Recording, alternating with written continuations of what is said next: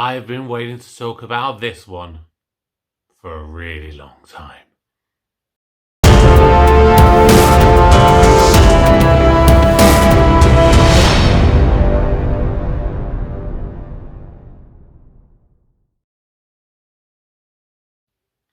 Hello everybody, welcome back to the channel. My name is Kevin. I'm a geek, you're watching Kevin the Geek, and if you have been watching through the series so far, then you'll know that this is the big one.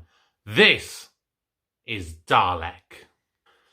So, what I love about the reintroduction of the Daleks is the fact that it is a singular Dalek.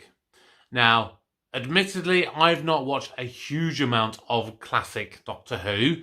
That is something that I do really want to do at some point, and hopefully maybe do some reviews on Classic Who as well. However, the Daleks have always had a bit of a troubled history, I think, because they're so iconic that sometimes you can get too bogged down into doing these big, extravagant plot lines and things and everything. Sometimes you need to strip it back to the bare bones, the most basic, fundamental characteristics of the Daleks. And what are they? They are single-minded, they are determined, they are ruthless killing machines. And that is exactly what you got to see in this episode. The opening scene between the Dalek and the Doctor, when they first interact, you see the pure terror on the Doctor's face that so far in this season you have never seen. And that unnerves you as a viewer straight away. This hero that you've come to understand so far in the little few episodes that you've seen him in, who's always so sure of himself, always knows exactly the right thing to do. The fact that he comes to face with something that he's absolutely terrified of and is begging to be let out of the room, that tells you all you need to know. And the hatred of the Doctor comes through so well. But then, of course, it escapes. And it's just magnificent. You have the scene where it comes down the corridor.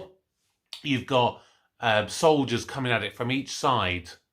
And it just turns one way, shoots, swivels around, shoots, swivel, shoot, swivel, shoot, swivel, shoot.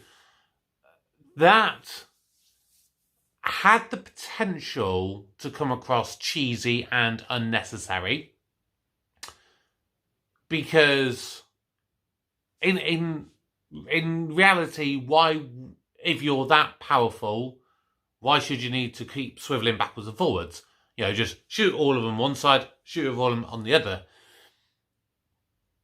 But that goes to show it's constantly thinking, it's constantly evaluating, it's seeing everything that's going on. The fact that it has a force field and it melts bullets before it gets to it. The fact is, it feels like it is indestructible. Then you have the kind of next interaction where it comes to a flight of stairs. And this is the one that, well, there's always been such a massive joke. I think there was scenes where they could never get into the TARDIS because there was a tiny little lip on the floor and they couldn't get over that little lip to get into the TARDIS. And of course, Adam makes a mockery of that. You know, he says, "Great big alien death machine, defeated by a flight of stairs." But then, just when you think it's defeated, elevate.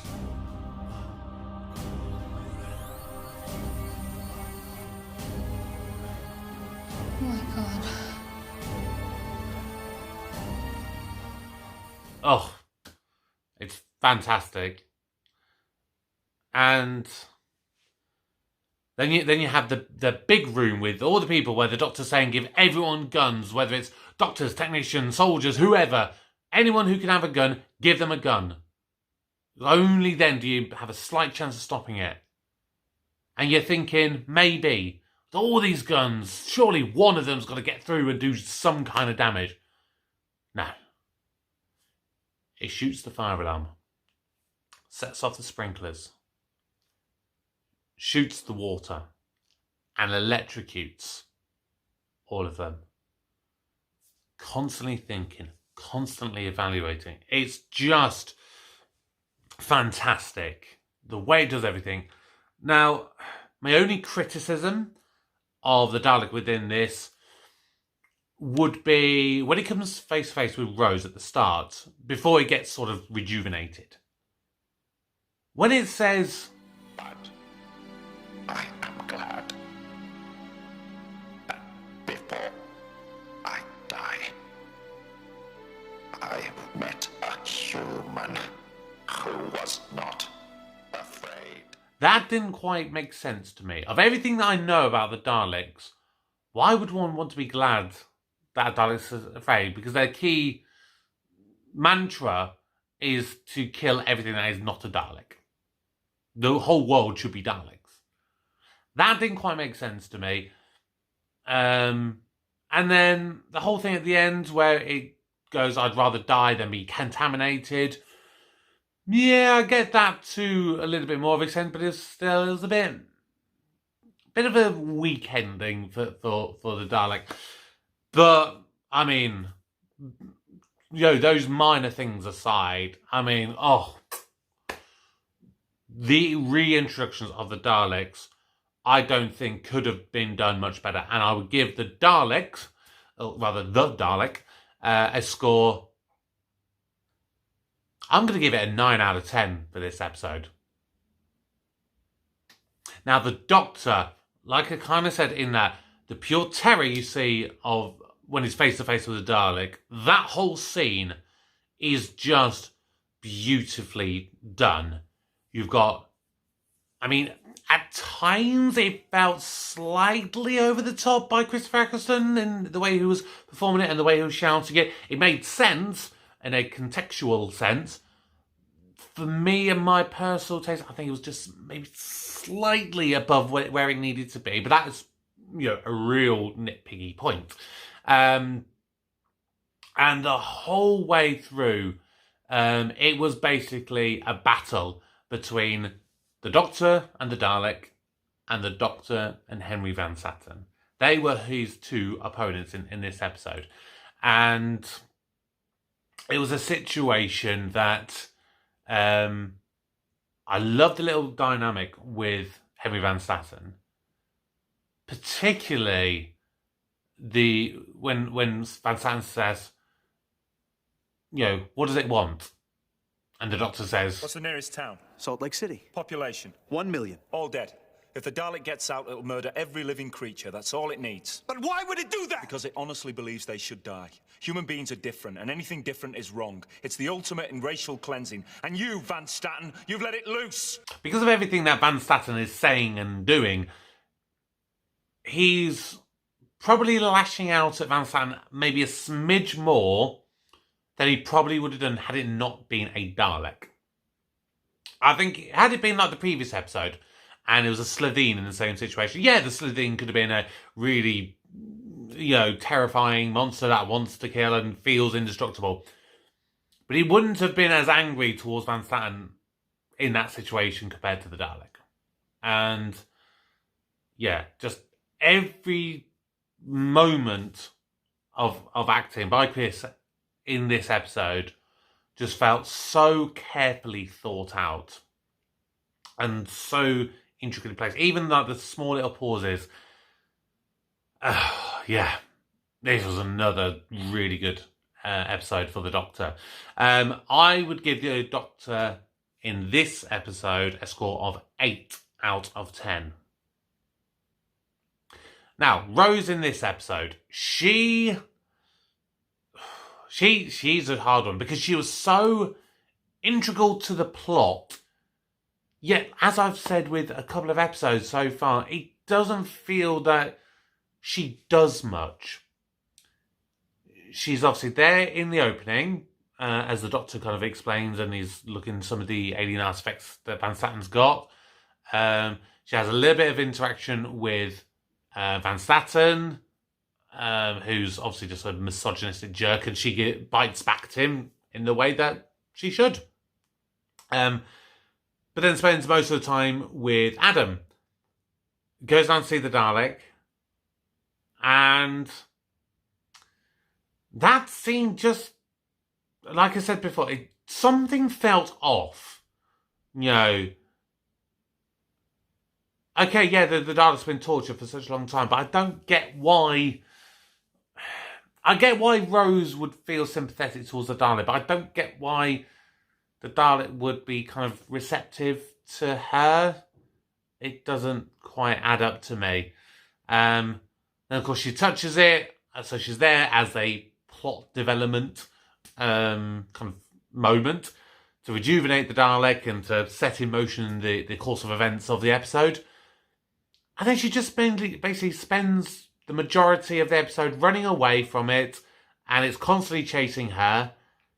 And then you have the whole scene at the end where it sort of turns out by touching the Dalek, it's somehow absorbed her DNA and has mutated her. Yeah, I wasn't a fan. Not gonna lie, wasn't a fan. I liked Rose, as in what Billy did with the role, but I don't think it was well thought out in this one. So it's a tough one, but I think I'm only going to score Rose in this episode I'm going to give her 5 out of 10. She was average because she did a lot of running away. So the story of the episode, it starts off simple. It's an underground base. There's a collector, and he's, collecting all these alien artifacts. And I love the first nod to the Cybermen. That was a nice little touch, and it didn't feel forced. It was just enough there that you could sense, like, yeah, this may be someone the Doctor's faced in the past. If you've never watched the show, it's just another thing. But for the actual classical fans of it, that's a real kind of nod, nudge, wink, wink moment for you. But then, of course, you kick into it. He turns out he's got a living specimen. Doctor goes on to meet it. Turns out it's a Dalek. Rose goes in, rejuvenates it. All hell breaks loose. And the purpose of the episode was essentially to showcase the threat of the Daleks. And in that objective, it did exactly what it needed to do. Yes, there were some odd moments along the way, and like I said, I don't like the whole, it's kind of becoming almost like a human Dalek hybrid because of absorbing Rose's DNA kind of thing. That bit just felt a bit weak. So as an overall concept, for the most part, this was a really good episode. So I'm going to give the episode, for the story of it, I'm going to give it a 7 out of 10.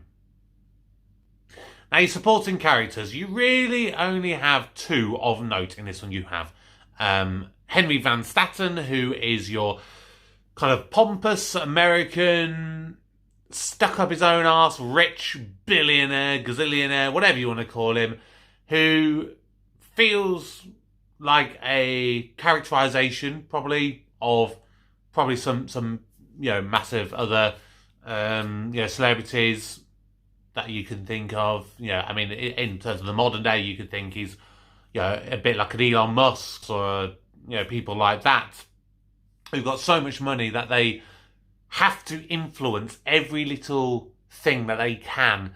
And of course, you see that right near the start when his aide comes to wish him a happy birthday, and of course, this happens. On behalf of all of us, I want to wish you a very happy birthday, sir. And the president called to convey his personal best wishes. The president is 10 points down. I want him replaced.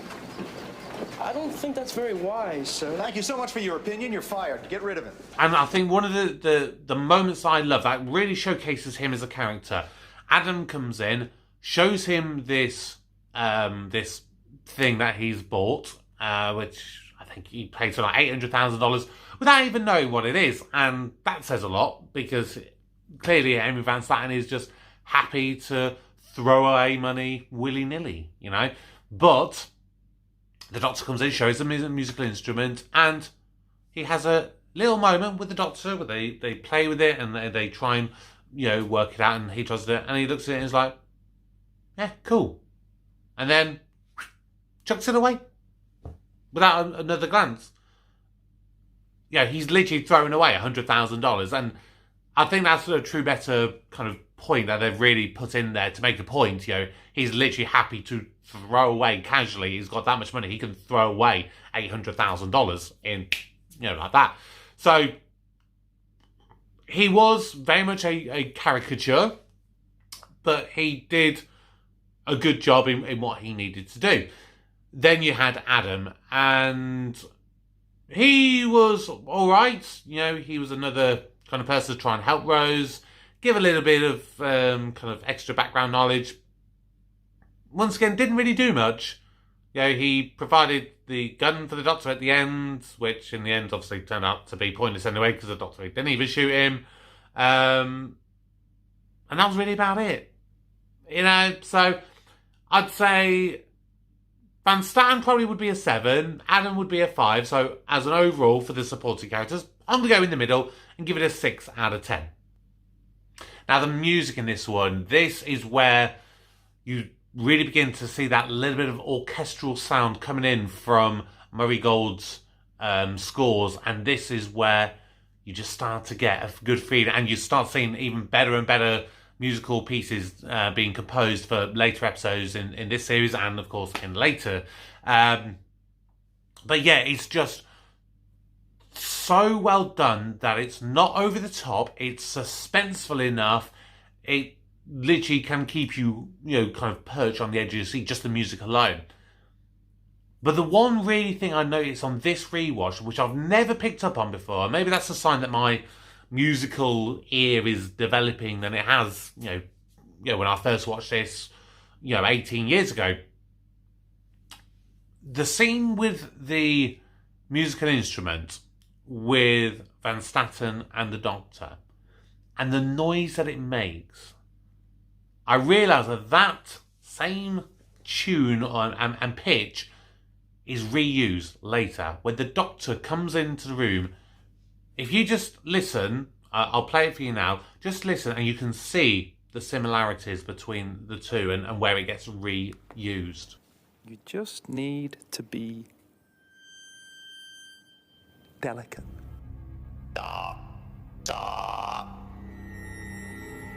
Impossible.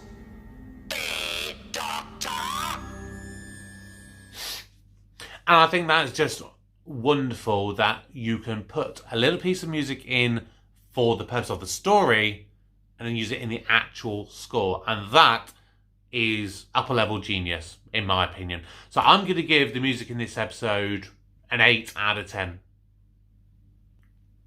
Now the dialogue, you don't have many things that you can really criticise in this one. Yes, there are some little moments that could have been, done a little bit better. Maybe that was through the camera work and the cuts and the editing, I don't know. But the actual intricacies of the scenes were so well done. The two in particular, of course, is the one between the Doctor and the Dalek in their first meeting. And then the second one between Henry Van Statten.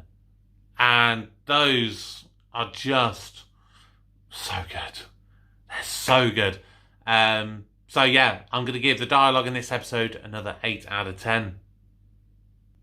As special effects, there weren't a huge amount in this episode. You had basically where the Doctor...